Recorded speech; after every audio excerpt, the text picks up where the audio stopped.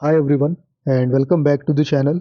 आई hope आप सभी स्वस्थ होंगे। तो इस वीडियो में हम रैंक 13 मेधा आनंद और रैंक 127 अदिति उपाध्याय के बीच में एक कंपैरेटिव एनालिसिस करने वाले हैं। इन दोनों की आंसर कॉपीज़ को हम कंपेयर करेंगे और देखने की कोशिश करेंगे कि एक रैंक 13 का आंसर कैसा होता है और एक रैंक 127 का आंसर कैसा होता है, दोनों में मेजर डिफरेंस क्या होते हैं। तो हम डायरेक्टली क्वेश्चन पे जंप करते हैं। क्वेश्चन है, what factors have led to the recent acceleration in the trends towards de-dollarization of the global economy? Do you think the dollar will lose its dominance anytime soon? Question बहुत ही basic सा है, ऐसा कुछ इसमें complex तो है नहीं समझने वाला। क्वेश्चन के दो पार्ट्स हैं। पहला तो ये कह रहा है कि जो डी डॉलराइजेशन चालू हुआ है वो कैसे एक्सिलरेट हुआ है, उसके क्या फैक्टर्स हैं जो डी डॉलराइजेशन को इन्फ्लुएंस कर रहे हैं। और दूसरा ये है कि जो डॉलर है वो अपनी डोमिनेंस को क्या खो देगा आने वाले टाइम में। आपका क्या कहना है इसके बारे में? तो ये दूसरा पार्ट है, इसमें आपका ओपिनियन पूछा जा रहा है। ये दो पार्ट है, ये दोनों एड्रेस करना है। तो पहला फैक्टर्स होगा और दूसरा जो है आपका जो ओपिनियन होगा वो आप एड्रेस करोगे। इन तरीके के क्वेश्चंस को आंसर करने का बेसिक स्ट्रक्चर होता है इंट्रो बॉडी कंक्लूजन वाला, वही यहाँ पे भी दिखेगा। तो दोनों का इंट्रो देख लेते हैं।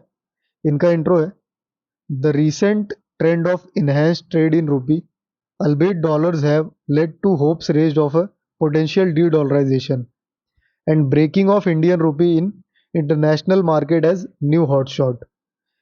अब इसका मतलब ये हुआ कि इंडियन रूपी जो है वो इंटरनेशनल मार्केट में एक नया हॉटशॉट बन के दिख रहा है। न्यू हॉटशॉट का मतलब कि एक उभरता हुआ कह सकते हैं हम। और स्टार्टिंग में इनका क्या था कि रीसेंट ट्रेंड जो देखने को मिला है कि हम रूपी में जो है ट्रेड कर रहे हैं, वो भी कहीं ना कहीं डी डॉलराइजेशन की एक उम्मीद जगा रहा है कि ये जो पोटेंशियल थ्रेट हो सकता है। इनके इंट्रो को देखा जाए तो इनका इंट्रो है, in the रून्स of weekend pound sterling US dollar emerged as new hard currency after the World War. The recent polycrisis, the debates starts होना चाहिए यहाँ पे। The recent polycrisis starts the debates on de-dollarization have gained, ये पता नहीं क्या लिखा हुआ है, समझ में नहीं आ रहा। ये 127 की जो आंसर कॉपीज है इसमें बहुत सारी मिस्टेक्स देखने को मिली है और ग्रामेटिकल एरर भी है और कहीं ना कहीं स्पेलिंग मिस्टेक्स बहुत ज़्यादा है। तो इस तरीके की सिली मिस्टेक हमें नहीं करना है। अगर आपको लगता है कि आपकी हैंडराइटिंग ऐसी है वो सामने वाले को नहीं समझ में आएगी, तो आप सिंपल हैंडराइटिंग यूज़ करिए। जैसे यहाँ पे देख सकते हैं हम, सिंपल है। रैंक 24 की बात करें तो उनकी अगर आप राइटिंग देखोगे, ये देखिए, एकदम सिंपल हैंड राइटिंग यूज़ कर सकते हो आप। ज़रूरी नहीं कि आप कर्सिव ही यूज़ करो। तो इनका भी ऐसा था इंट्रो कि जो पाउंड स्टर्लिंग है वो वीक हुआ, उसके बाद US डॉलर जो है वो एक हार्ड करेंसी के रूप में हमें देखने को मिला वर्ल्ड वॉर के बाद। और रीसेंट पॉली क्राइसिस जो है, पॉली क्राइसिस का मतलब है कि कॉम्प्लेक्स सिचुएशन जो है उसने डिबेट्स चालू कर दी है कि डी डॉलराइजेशन जो है वो एक फेनोमेना आगे देखने को मिल सकता है। आगे जो है बॉडी को एड्रेस करते हैं दोनों। तो यहाँ पे इन्होंने हेडिंग डाली है, factors leading to recent acceleration. इसी डी डॉलराइजेशन के एक्सेलरेशन की बात कर रहे हैं और यहाँ पे इनकी जो है हेडिंग दिख रही है, फैक्टर्स फॉर डी डॉलराइजेशन। एक एक करके देखते हैं। इनका पहला पॉइंट है इन्हेंस्ड इंगेजमेंट। तो करेंसी स्वैप एग्रीमेंट्स जो है उसकी बात कर रहे हैं ये, और कहीं ना कहीं ये बता रहे हैं कि रूपी जो है वो इंटरनेशनल मार्केट में एंटर कर चुका है और ये एक फैक्टर है डी डॉलराइजेशन का, और जो रिसेंट एक्सेलरेशन देखने को मिला है डी डॉलराइजेशन में उसका। दूसरा है इंस्टीट्यूशनल मैकेनिज्म। यहाँ पे नॉस्ट्रो वॉस्ट्रो अकाउंट्स की बात कर रहे हैं और इंस्टीट्यूशनल सेटअप्स की बात कर रहे हैं जो रुपी को एंटर करने में हेल्प कर रहा है। जैसे ये नॉस्ट्रो वॉस्ट्रो हो गया, और ईरान वाली डील देखने को मिली थी तो उसका भी कहीं ना कहीं आगे मेंशन देखने को मिल रहा है। यहाँ पे वैक्यूम क्रिएटेड बाय डॉलर। तो जो USA ट्रेड करने नहीं दे रहा या सैंक्शंस लगा के बैठा हुआ है ईरान के ऊपर, वहाँ पे एक वैक्यूम क्रिएट हुआ है और वो सारे ट्रेड जो हैं वो डॉलर में तो हो नहीं रहे, US डॉलर में। तो वहाँ पे कहीं ना कहीं रुपी की एंट्री हो रही है और ये एक फैक्टर है डी डॉलराइजेशन का। अगला पॉइंट है इन्हेंस ट्रेड, और यहाँ पे इन्होंने मेंशन किया है कि $2.7 ट्रिलियन इकोनॉमी है और थर्ड लार्जेस्ट इकोनॉमी होने की वजह से एक्सपोर्ट्स हमारे काफ़ी हैं। इंपोर्ट हमारे 870 बिलियन USD के हैं। और इसने कहीं ना कहीं दिखाया है इंडिया का जो है, India has also shown it's metal, यानी कि इंडिया ने भी अपना एक लोहा मनवाया है। अब ये पॉइंट यहाँ पे इन्होंने क्यों रखा है ये समझ में नहीं आया, क्योंकि बात यहाँ पे डी डॉलराइजेशन की हो रही है। ठीक है, आप इंपोर्ट एक्सपोर्ट की बात कर रहे हो, लेकिन मैक्सिमम जो हमारे इंपोर्ट एक्सपोर्ट है वो कहीं ना कहीं यूएसडी में ही हो रहे हैं। ऐसा तो है नहीं कि वो डॉलर से हटके जो है कि रुपी में हो रहे हैं या फिर और अदर करेंसी में हो रहे हैं। मैक्सिमम जो है वो यूएसडी में ही हो रहे हैं, तो ये वाला पॉइंट थोड़ा सा अटपटा लगा। आगे स्ट्रॉन्ग बेसिक्स की बात की है इन्होंने, और ये भी कहीं ना कहीं ऐसा पॉइंट है कि जो इन्फ्लेशन की बात कर रहे हैं इसमें, कि इन्फ्लेशन जो है वो 6.7% के अराउंड है, और फॉरेक्स जो है वो 800 बिलियन यूएस डॉलर है, 20% उसमें एक्सटर्नल डेप्ट है। तो अब हमारे बेसिक्स जो है वो प्रेटी सॉलिड है, प्रेटी स्ट्रॉन्ग है। तो हमारे बेसिक स्ट्रॉन्ग है, तो उससे क्या करना है, उससे डी डॉलराइजेशन का क्या फैक्टर दिख रहा है या वो कैसे अफेक्ट कर रहा है। तो ये थोड़ा सा ये भी पॉइंट समझ में नहीं आया। इसकी जगह पे चाइना का मेंशन कर सकते थे कि चाइना भी तो एक फैक्टर है, चाइनीज़ इकोनॉमी भी तो ग्रो कर रही है, वो भी कहीं ना कहीं एक फैक्टर है। तो ये इनका पहला पार्ट था। फिर उसके बाद ये आगे जो ओपिनियन की बात थी वो यहाँ पे है, वो एक साथ देखेंगे दोनों का। इनके फैक्टर्स की बात करें तो इन्होंने रशिया यूक्रेन वॉर को बताया है, जो कि ठीक है। सैंक्शंस जो रशिया पे लगे हैं उसकी वजह से भी डी डॉलराइजेशन हुआ है, तो यहाँ पे देख सकते हो कितने अच्छे पॉइंट रखे गए। फिर उसके बाद ग्लोबल इकोनॉमिक स्लोडाउन की बात की है इन्होंने, ये भी ठीक है। फिर इकोनॉमिक सैंक्शंस ऑन ईरान की बात की, यहाँ पे भी देखने को मिला था कि ईरान के साथ जो है वो सैंक्शंस लगे हुए तो ट्रेड नहीं हो पा रहा, ये भी एक फैक्टर है। फिर करेंसी वॉर यूएस चाइना का देखिए यहाँ पे मेंशन है। उसके बाद फेडरल लाइटनिंग की बात की इन्होंने कि लेस डॉलर अवेलेबल है मार्केट में, वो भी कहीं ना कहीं एक फैक्टर है। प्रोटेक्शनिज्म ऑफ यूएस ये भी मेंशन किया इन्होंने। प्रोटेक्शनिज्म का मतलब ये कह सकते हो कि जो यूएस गवर्नमेंट है वो इंपोर्ट्स पे मतलब रिस्ट्रिक्शंस लगा रही है, वो किसी भी फॉर्म में हो सकता है, टैरिफ्स बढ़ा देंगे, वो ड्यूटीज बढ़ा देंगे। तो ये जो है प्रोटेक्शनिज्म इसको कहते हैं, ये प्रोटेक्शनिस्ट इकोनॉमी होती है। आगे इन्होंने एग्जाम्पल कुछ लिखा है शायद, development trade हाइफेनेशन with China.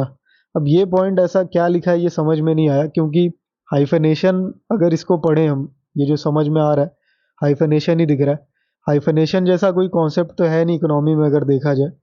International relations में डी हाइफेनेशन का एक कॉन्सेप्ट है वो भी, लेकिन ऐसा कुछ है नहीं। वो ऐसा है कि जो कंट्रीज़, अगर कोई दो कंट्रीज़ या मल्टीपल कंट्रीज़ हैं जिनके कॉन्फ्लिक्टिंग बिहेवियर है या कॉन्फ्लिक्टिंग उनका स्टैंड है, तो उन दोनों के साथ अगर हमारे रिलेशन अच्छे हैं तो हम उन दोनों के साथ डी हाइफेनेशन में हैं। यहाँ पे लेकिन ऐसा कुछ समझ में नहीं आता। क्वालकम बैन की बात इन्होंने की है, ये प्रोटेक्शनिज्म में डाल सकते थे, लेकिन ये बीच में ये जो इन्होंने लिखा है इसकी ज़रूरत नहीं थी। फिर उसके बाद एक और ये पॉइंट कुछ इन्होंने मेंशन किया, रूपी रूबल ट्रेड और रूपी दिरहम ट्रेड की बात की है इन्होंने। तो ये इनके कुछ फैक्टर्स इन्होंने बताए हैं, और यहाँ पे हम देख सकते हैं इनके फैक्टर्स ज़्यादा बढ़िया हैं इनके वाले से। इन्होंने भी मेंशन किया है, नोस्ट्रो वोस्ट्रो का मेंशन किया है, और ईरान डील का मेंशन किया है, ईरान ट्रेडिंग जो हो रही है ईरान के साथ, और ये जो करेंसी स्वैप एग्रीमेंट्स हो रहे हैं उनका मेंशन किया है। लेकिन चाइना और रशिया इन सबको भी मेंशन करना चाहिए था इनको, क्योंकि वो भी एक मेजर फैक्टर्स हैं डी डॉलराइजेशन में। तो ये था इन दोनों का पहला पार्ट। दूसरे पार्ट को देखते हैं। यहाँ पे इन्होंने दूसरा पार्ट एड्रेस किया है जिसमें हमें ओपिनियन देने की बात हो रही थी। तो क्या लिखा है इन्होंने, इन्होंने लिखा है might not replace dollar as dollar won't lose its dominance. तो ये डायरेक्टली उसको कह रहे हैं कि डॉलर की जो डोमिनेंस है वो ख़त्म नहीं होगी। तो यहाँ पे इन्होंने जो उससे डिसएग्री कर दिया कि डी डॉलराइजेशन भले एक्सेलरेशन देखने को मिला लेकिन उसका डोमिनेंस नहीं ख़त्म होगा। पहला पॉइंट है कैपिटल अकाउंट कन्वर्टिबिलिटी की बात की इन्होंने, तो वो इंडिया में नहीं है। अब ये इंडिया से क्यों इसको कंपेयर कर रहे हैं वो थोड़ा सा एक सोचने वाली बात है, क्योंकि क्वेश्चन में ऐसा कुछ लिखा नहीं था। यहाँ पे क्लियरली ग्लोबल इकोनॉमी की बात हो रही थी, तो ग्लोबल इकोनॉमी को ही ध्यान में रख के इनको आंसर करना चाहिए था। खैर इन्होंने ये इंडिया का पॉइंट रखा है कि इंडिया से ज़्यादा कन्वर्टिबिलिटी है, तो सीधी सी बात है इंडिया तो वो पोजीशन अभी नियर फ्यूचर में तो नहीं ले सकता। अगला पॉइंट है शॉक्स ऑफ एक्सटर्नल इकोनॉमी। तो यहाँ पे इन्होंने इंडियन इकोनॉमी को फिर से बताया है कि कैसे इंडियन इकोनॉमी को शॉक लगते रहते हैं एक्सटर्नल इकोनॉमी से। उसके बाद यूएसए हेजेमनी की बात कर रहे हैं कि उसकी एक हेजेमनी बनी हुई है, और उसकी जो इकोनॉमी है वो कहीं ना कहीं गुड क्रेडिट रेटिंग पे बिल्ड हुई है, तो उसमें जो इन्वेस्टर का कॉन्फिडेंस है वो अभी भी बना हुआ है। तो ऐसा कुछ दिख नहीं रहा कि यूएस डॉलर जो है वो अपना डोमिनेंस लूज करे। आगे फिर वे फॉरवर्ड दिया इन्होंने, इसको हम आगे इनके कंक्लूजन के साथ देखते हैं। इनका जो है आगे क्या कहना है, for any currency to become a hard currency it is required to have, फिर ये कुछ पॉइंट्स दिए इन्होंने कि अगर हार्ड करेंसी बनना है किसी भी करेंसी को तो ये कुछ पॉइंट्स हैं। पहला पॉइंट है इजी कन्वर्टिबिलिटी की बात कर रहे हैं ये, यहाँ पे हमें देखने को मिला था वही पॉइंट है। फिर अवेलेबिलिटी इन ग्लोबल मार्केट की बात कर रहे हैं। उसके बाद स्टेबल पॉलिटी की बात कर रहे हैं जो ट्रस्ट बिल्ड करता है। लेस मैनिपुलेशन की बात कर रहे हैं जैसे चाइना करता रहता है रेमिनबी में, उसका एग्जाम्पल दिया इन्होंने। फिर मार्केट फोर्सेस का एग्जांपल दिया है कि स्ट्रॉन्ग जो है बिलीफ होना चाहिए मार्केट फोर्सेस का, वो इकोनॉमी डिटरमाइन करती है। और फिर यहाँ पे इन्होंने आईएमएफ का मेंशन किया है कि एसडीआर के जो शेयर हैं वो भी हाई होने चाहिए, तो ये भी ठीक पॉइंट है। यहाँ पे देख सकते हो इन्होंने एक ऐसा पॉइंट रखा है, ऐसा एक एलिमेंट डाला है कि अगर आप सोच रहे हो कि डॉलर जो है वो गिरने वाला है तो उसके पास ये सब है, तो वो गिरने वाला तो नहीं इतने आसानी से। फिर आगे उन्होंने ये मेंशन भी किया है, since no currency is currently in a state to have all the above qualities, तो ये सारी क्वालिटीज और किसी करेंसी में नहीं है, ये सिर्फ कहाँ देखने को मिल रही है, ये यूएस डॉलर में देखने को मिल रही है। तो it is unlikely that USD will lose its dominance. तो ये इन्होंने यहाँ पे इन्होंने भी जो है वो चीज़ बता दी कि ऐसा कुछ नियर फ्यूचर में देखने को नहीं मिल रहा है। फिर आगे कुछ अदर रीज़न ये दे रहे हैं। अदर रीज़न में इन्होंने क्या बताया कि यूएसए जो है, यहाँ पे पता नहीं क्या लिखा हुआ है, रशिया यूक्रेन वॉर का मेंशन किया इन्होंने, और इजी कन्वर्टिबिलिटी, ये दोनों पॉइंट तो पहले मेंशन कर चुके थे। इजी कन्वर्टिबिलिटी तो यहाँ पे ही मेंशन था और रशिया यूक्रेन यहाँ पे मेंशन था, तो यहाँ पे इन्होंने पता नहीं ये क्यों मेंशन किया। आगे कंक्लूजन है और इनका वे फॉरवर्ड है, तो एक एक करके देखते हैं। इनका वे फॉरवर्ड क्या है कि मेक आवर इकोनॉमी रेजिलिएंट, फिर build strong economic basics via आत्मनिर्भर, सेल्फ सफिशिएंट भारत। तो ये वे फॉरवर्ड पता नहीं इन्होंने क्यों ऐसा इंडिया के कॉन्टेक्स्ट में क्यों इन्होंने ले लिया। बात यहाँ पे ग्लोबल इकोनॉमी की हो रही है, तो आपको ग्लोबल ही रहना चाहिए था, ये इंडिया के पर्सपेक्टिव में लाके कोई मतलब नहीं था इस आंसर को। आगे कंक्लूड कर रहे हैं, this based on Vijay Kelkar committee capital account convertibility for internationalisation of rupee should be broad in steadily. अभी ये कोई मतलब नहीं था ये सब बातें लिखने का, इनका देखते हैं। Hence BRI has led to spreading of Chinese renminbi. The recent proposed BRIC currency on lines of SDR can be a possible alternative. तो इनका कंक्लूजन ठीक है। इनके कंक्लूजन में तो ऐसा कुछ दिख ही नहीं रहा कि जो क्वेश्चन को एड्रेस कर रहा हो। तो ये है पूरा आंसर। यहाँ पे आप देख सकते हो मेजर डिफरेंस क्या है। मेजर डिफरेंस ये है कि अगर ये जो फैक्टर्स दिखाए हैं इन्होंने यहाँ वहाँ एरो लगा के, ये अगर सिंपल पॉइंट में रख देती तो वो ज़्यादा बढ़िया होता। सिमिलर यहाँ पे अगर ये जो इन्होंने यहाँ वहाँ तीर मारे हैं वो सिंपल पॉइंट्स में रख देती तो ज़्यादा बेटर होता। यहाँ पे भी देख सकते हो। तो ये प्रेजेंटेशन को एक्स्ट्रा बनाने के चक्कर में या यूनिक बनाने के चक्कर में आप ये मत भूलिए कि सिंपल से अगर आप दिखा रहे हो किसी भी चीज़ को तो वहाँ पे रिजल्ट्स अच्छे हैं, क्योंकि ये रैंक 13 का ही देख लीजिए। इसके पहले दिखा देता हूँ मैं आपको, ये रैंक 24 का देख लीजिए, सिंपल एकदम। बाकी ये रैंक 1 का तो यही पैटर्न ही है, वो तो मतलब फ्लो चार्ट वगैरह रखते ही नहीं अपने आंसर में। ये देखिए, तो यहाँ पे भी इन्होंने यही किया था रैंक 127 ने। इसकी बात मैंने इस वाली वीडियो में की थी। तो इस तरीके की चीज़ों से बचना चाहिए। और अगर आप भी इस तरीके की टेक्निक्स यूज़ करते हो प्रेजेंटेशन वगैरह के लिए तो इसको अवॉइड कर सकते हो। आप सिंपल पॉइंट्स में अपने आंसर को लिखो और डी डॉलराइजेशन से रिलेटेड आप कुछ कीवर्ड्स दे सकते हो तो कमेंट सेक्शन में बताओ, एक या दो कीवर्ड्स भी दोगे तो वो कहीं ना कहीं दिखाएगा कि आपको भी कुछ नॉलेज है इस टॉपिक के बारे में।